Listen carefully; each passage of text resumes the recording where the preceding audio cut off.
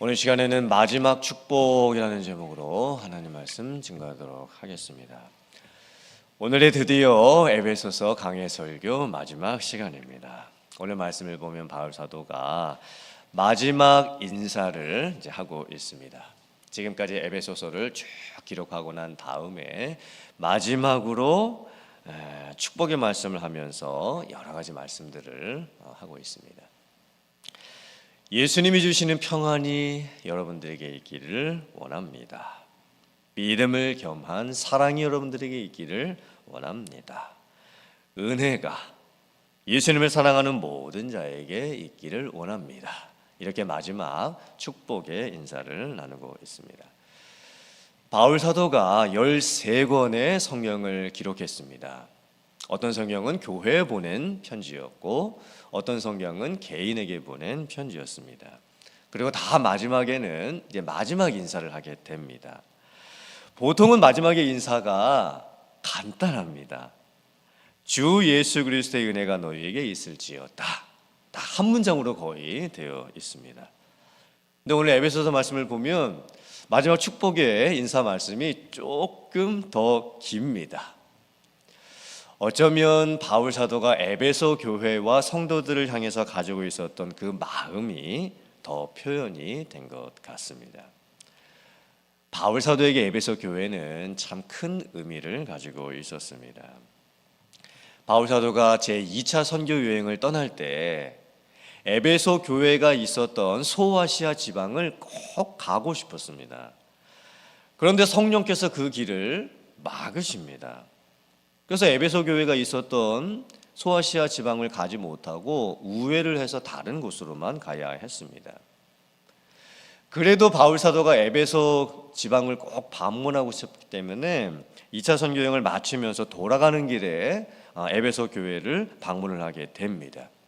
이제 그때 처음으로 이제 에베소를 방문을 한 것이고 복음을 전했고 그리고 이제 교회를 세워 놓은 것이죠. 그리고 에베소 교회 성도들이 그때 교회는 건물로 있었던 교회가 아니었습니다. 예수님을 믿는 성도님들의 모임으로서의 교회였습니다. 성도님들이 바울 사도에게 조금 더 있으셨으면 좋겠습니다라고 청을 합니다. 그런데 상황 자체가 바울 사도가 에베소에 오랫동안 머물 수가 있는 상황이 아니었습니다. 그래서 바울 사도가 만일 하나님의 뜻이면 다시 여러분들에게 제가 돌아오겠습니다 라고 인사를 하고 에베소를 떠나게 됩니다. 그리고 나서 제3차 선교 여행을 떠날 때 바울 사도가 에베소를 다시 방문을 합니다. 약속을 지킨 것이지요. 그리고 이번에는 3년 동안이나 에베소에 머물게 됩니다. 바울 사도가 3차 선교 여행을 하면서 에베소를 선교의 중심지로 삼았습니다. 그리고 여러 가지 사역을 했습니다. 이때 바울 사도와 에베소 교회와 성도님들의 관계가 많이 깊어졌던 것 같습니다. 교회와 또 성도님들과의 관계가 여러 가지로 사역도 많이 했고 또 설교도 많이 했고 그래서 관계가 참 가까워지게 되었습니다. 그리고 바울 사도가 제3차 선교 여행을 마치면서 다시 돌아가면서 이제 밀레도에 머물고 있었는데 에베소 교회의 장로님들께서 밀레도까지 찾아오십니다. 그리고는 그곳에서 이제 마지막 말씀과 인사들을 또 나누게 됩니다. 그때 바울 사도가 에베소 교회 장로님들에게 에베소 교회를 부탁을 합니다. 그리고 이렇게 말씀을 했습니다. 제가 에베소를 방문했던 첫날부터 지금까지 제가 여러분들을 만나서 어떻게 선교하고 목회를 하고 또 성도님들을 돌봤는지 여러분들께서 잘 아실 겁니다. 모든 겸손과 눈물과 시험을 참고 주님을 섬겼던 것을 여러분들이 잘 아실 겁니다.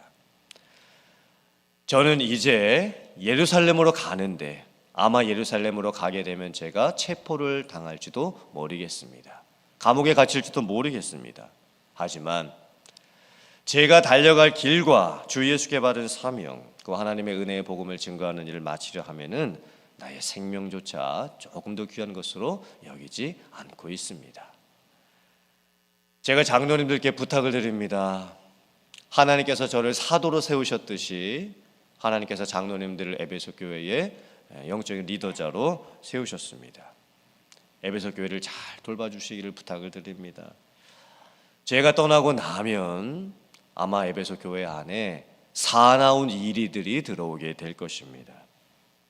어떤 사람들이 여러분들의 교회에 오게 되면서 사람들을 분쟁시키고 어그러진 말을 하게 하고 자기를 따르게 하려고 하는 그런 사람들이 나타나게 될 것입니다. 양의 탈을 쓴 이리와 같은 자들이 교회 안에 나타나게 될 것입니다. 그때 제가 에베소 교회에 있으면서 3년 동안이나 여러분들을 향해서 밤낮으로 쉬지 않고 눈물로 훈계했던 것을 잘 기억하셔야 됩니다. 그리고 제가 장로님들께 에베소 교회를 부탁을 드리는데 하나님의 말씀이 장로님들을 세우고 에베소 교회를 세울 수 있기를 기도하겠습니다. 그리고 나서 이제 마지막 진짜 이제 헤어지는 거거든요. 그때 바울 사도와 에베소 교회 장로님들이 서로 무릎을 꿇고 기도하고 크게 울고 끌어안고 목을 끌어안으면서 서로 입을 맞추면서 그렇게 헤어짐의 인사를 나누게 되는 거예요. 이 모습들을 살펴보면 바울 사도와 에베소 교회의 관계는 정말 특별했습니다. 관계가 너무나 끈끈했습니다. 영적으로 연결되어 있었던 관계였던 겁니다. 그러므로 바울 사도가 13권의 다른 바울 서신을 써서 보낼 때 특별히 에베소 교회에서 보내는 이 에베소서를 마무리하면서 이제 마지막 축복의 인사를 하는데 이 마음이 너무나 애틋한 겁니다. 바울 사도가 에베소 교회를 향해서 이 에베소서를 쓰면서 가지고 있었던 마음은 교회가 무엇인지를 에베소 교회 성도님들에게 가르쳐 주는 것이었습니다. 에베소 교회의 핵심은 교회론에 있습니다. 교회가 무엇일까?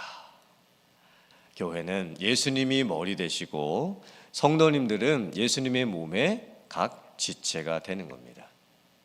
교회의 주인은 오직 예수 그리스도이십니다. 교회는 예수님이 통치하시고 다스리시는 곳이시고 또 예수님께서 경배받으시고 예수님께서 예배받으시는 곳입니다. 교회는 건물이 아니지요. 교회는 예수님을 중심으로 해서 영적인 생명이 연결되어져 있는 살아있는 유기체와 같은 것입니다. 성도님들 한 분 한 분들이 교회의 몸을 이루고 있는 각 지체입니다. 서로 연결되어 있죠. 그리고 모두에게 필요한 지체입니다. 한 지체가 아프면 온몸이 아픈 것이고 한 지체가 기뻐하면 온몸이 같이 기뻐하게 되는 겁니다. 교회는 살아있는 영적인 공동체입니다. 예수님으로 인해서 서로 간에 연결되어 있는 살아있는 유기체와 같은 것입니다. 그래서 바울 사도가 에베소서를 통해서 계속해서 지금까지 말씀했던 핵심이 무엇이냐면 교회는 하나가 되어야 합니다. 교회는 나누어지면 안 됩니다. 여러분들이 성령 안에서 일치되고 용납하고 성령께서 하나 되게 하신 것을 힘써 지킬 수 있어야 됩니다. 계속 강조했습니다. 또 교회는 영적으로 자라나야 합니다.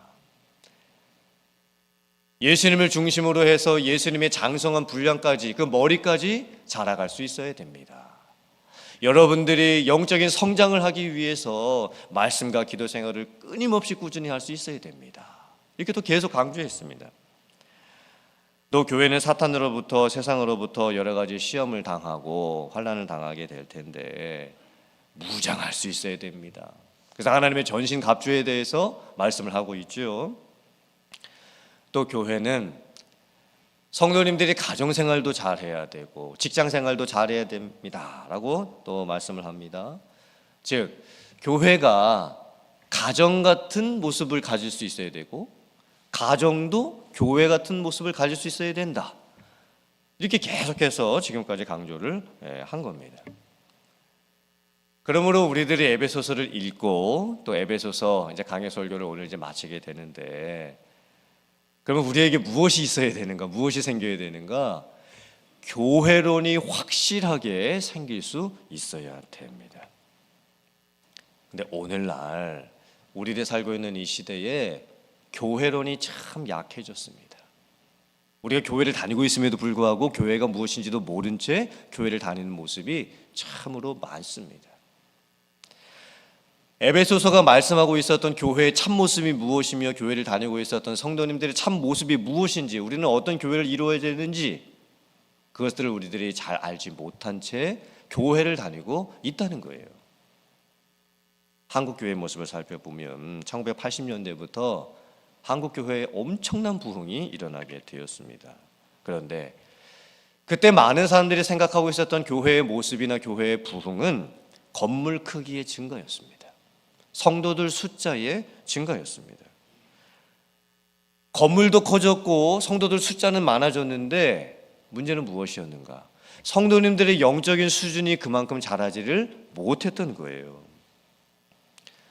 그래서 한국 교회가 1980년대 그 부흥을 경험하면서도 성도님들이 교회를 자꾸 어떻게 생각을 하게 됐냐면 교회를 건물로만 생각을 합니다. 자꾸 우리 교회 커지는 것에 집중을 하게 되지요. 그리고 교회가 가져야 될 사회적인 책임, 이런 것들에 대해서 별로 신경을 쓰지를 않았습니다. 성도님들이 교회를 찾아가는 목적이 무엇이냐? 내 자신의 유익을 위해서입니다. 목사님이 설교를 잘 하시냐? 아니면 주일학교 어떤 시스템이 잘 갖춰져 있냐? 내가 교회를 다니면서 뭔가 좀 유익을 얻을 것이 무엇인가? 그런 관점에서 성도님들이 교회를 찾고 교회를 다니게 되었습니다. 또 온라인 예배가 등장을 하게 되고, 또 이제 팬데믹 이후에 온라인 예배가 이제 보편화가 되어 가면서 이제는 교회를 가는 것조차가 무엇인지도 혼란스러운 그런 시대가 되어 버렸습니다. 물론 온라인 예배가 유익성도 많지요. 특별한 상황에서, 또 집이 교회로부터 먼 경우에, 또 본인의 몸이 아프신 경우에 정말 내가 어떻게 할 수가 없어서 교회를 다닐 수 없는, 나갈 수 없는 상황에서는 온라인 예배가 많이 유익을 줄 수가 있습니다. 그런데 요즘 이 온라인 예배를 이제 되어가는 모습들을 보면 좀 살펴봐야 될 그런 모습들이 많은 방향으로 가게 되는 것을 보게 됩니다. 그러므로 오늘날 우리들이 교회를 다니면서도 이 에베소서가 말씀하고 있는 교회가 무엇인지 제대로 깨닫지 못하면서 교회를 다니게 되는 경우가 참 많이 있는 것을 보게 됩니다. 우리는 교회가 될 수 있어야 됩니다. 교회는 가는 곳이 아닙니다. 교회는 건물 안에 들어가는 곳이 아닙니다. 저와 여러분들이 교회입니다. 예수님을 믿는다고 고백하는 성도님들 두세 사람이 모여있는 그 모임 자체가 교회입니다. 그러므로 여러분들께서 교회를 다니는 분들이 되지 마시고 여러분들께서 우리들이 교회가 되실 수 있기를 주님의 이름으로 축복합니다. 교회는 영적인 유기체입니다. 우리는 서로 간에 연결이 되어져 있습니다. 예수님이 머리 되시고 우리는 그 몸의 지체가 되면서 서로를 돌볼 수 있어야 되고 서로에게 좋은 영향력을 줄 수 있어야 되고 그리고 함께 자라날 수 있어야 됩니다. 바울 사도가 지금까지 에베소 교회에 처음 있었던 그때부터 생각을 하면서 이 에베소 교회를 생각하면서 얼마나 마음이 간절했으면 마지막에 이렇게 귀한 축복의 인사를 남겼겠습니까? 이 축복은 단순히 복을 빌어주는 축복이 아니었습니다. 우리 모두가 함께 예수님이 원하시는 진정한 교회를 만들어 갔으면 좋겠습니다 라는 그런 마음이 담겨져 있었던 축복이었던 겁니다. 그러므로 사랑하는 성도님들, 저와 여러분들이 이제 에베소서를 이제 오늘 다 마치게 되는데, 에베소서 말씀을 통해서 여러분들께서 교회가 무엇인지를 다시 한번 확실하게 확립할 수 있기를 바라고, 여러분들께서 교회를 정말 잘 섬겨가고 또 든든하게 세워갈 수 있는 모든 분들 다 되실 수 있기를 주님의 이름으로 축원합니다. 아멘.